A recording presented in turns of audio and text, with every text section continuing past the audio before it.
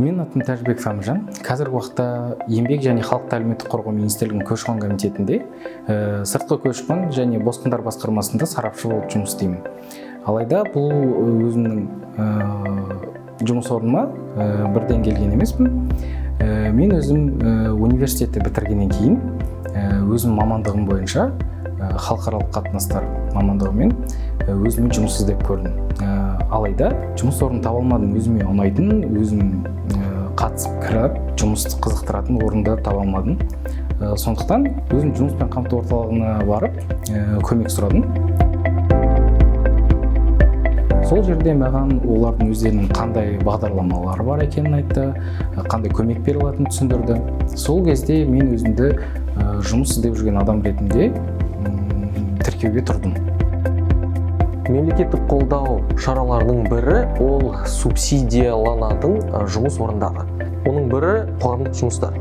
Қоғамдық жұмыстар ол уақытша жұмыс, жұмыссыздарға 12 айға дейін әртүрлі мекемелерге біз жібереміз. Ол мемлекеттік мекемелер, жеке кәсіпкерлер және тағы басқалар ұйымдар. Ол қарапайым жұмыс, уақытша, бірақ жұмыссыздар өз еңбек өтілін жинап, немесе жұмыссыздармен, жұмыс берушілермен қарым-қатынасты алып, тұрақты жұмысқа бағыттар беретін ол жұмыс. Одан басқа түлектерге бізде жастар практикасы бар. Ол тек қана соңғы 5 жылдың бітірген оқу орындарының түлектері қатыса алады. Өз мамандығы бойынша жұмыс өтілі жоқ түлектер қатыса алады.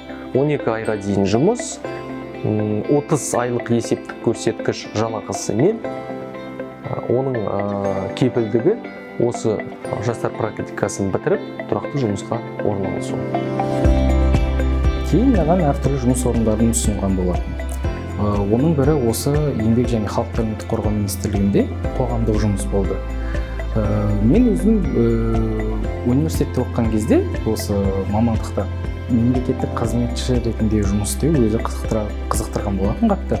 Соған өзімді көрейін деп шештім да, өз келісімімді бердім. Сол кезде өзі университетті бітіргеннен кейін, яғни бірінші жұмыс орны ретінде осы еңбек министрлігіне келген болатын. Осы жерде жұмыс істеп, мемлекеттік қызметшілердің қалай жұмыс істейтінін көріп, қызығып, кірісіп, жұмыс атқарғаннан кейін маған ол жерде толықтай жұмыс орнын ұсынып, мен көші-қон комитетіне кірген болатын. Осы көші-қон комитетінде мен жаңа іс-қағаз жүргізуші ретінде жұмысқа тұрдым.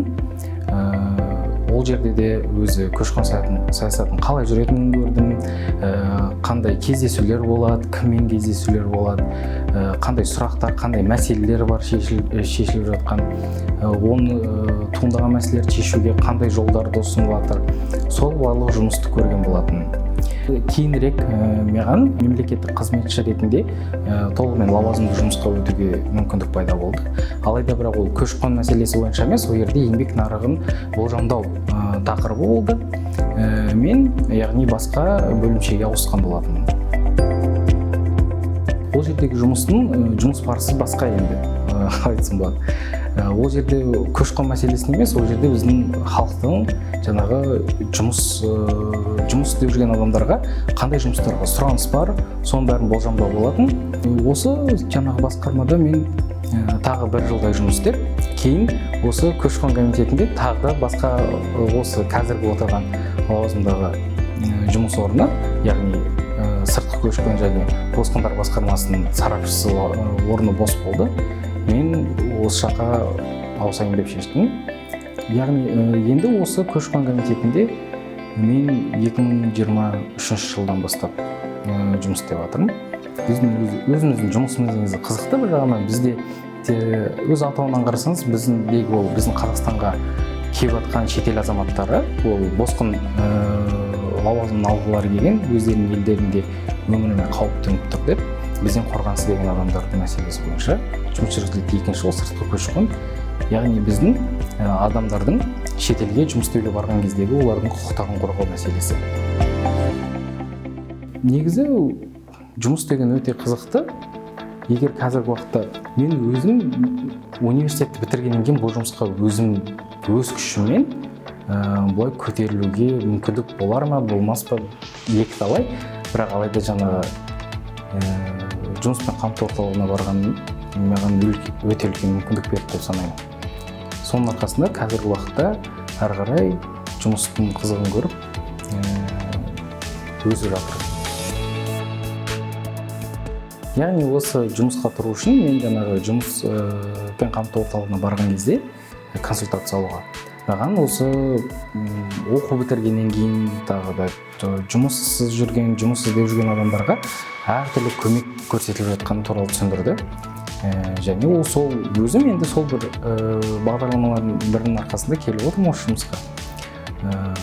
Яғни жұмыстың қызықтысы сол маған көмек берді да, сол жұмыспен қамту орталығында. Енді қазір мен өзім жұмыс орнымда, өз басқармамда біздің адамдардың шетелде жұмыс істеп жүрген құқығын қорғауға, оларға көмектесу бойынша менде де енді жұмыс жүргізіп жатырмын деп отырмын.